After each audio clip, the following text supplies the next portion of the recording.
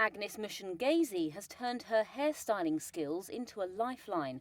Having fled her hometown in Congo's war-torn east, she's braiding hair in her shelter to earn enough for food and other essentials. I couldn't bear what was happening there. There were too many bombs, too many heavy weapons. I didn't have the strength or ability to endure it. Despite the kindness of her hosts taking her in, life remains a struggle.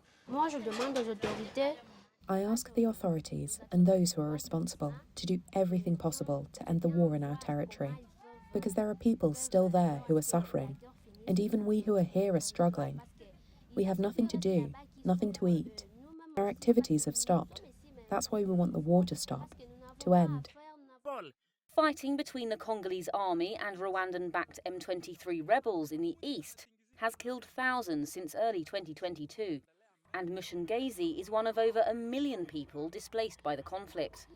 Despite mediation efforts, the Tutsi-led rebels have been inching south since they seized eastern Congo's largest city of Goma at the end of last month. So we are fearing a humanitarian catastrophe. And South Kivu's governor, Jean-Jacques Purusi-Siddiqui, said the rebels' recent advancement into his province threatens to trigger a humanitarian crisis, with the under-resourced area already housing thousands of displaced people, many who fled more than once.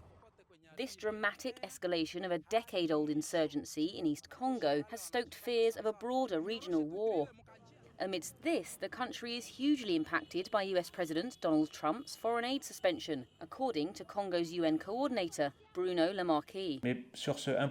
Out of the $1.3 billion in humanitarian aid, $910 million came from the US, meaning we are 70% dependent on it. This makes Congo the most aid-dependent country in the world, and replacing that funding will be extremely difficult.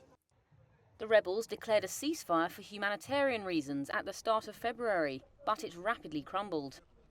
Congo's government said its troops had been attacked several times in different areas since a summit last week of Eastern and South African blocs aimed at defusing the crisis.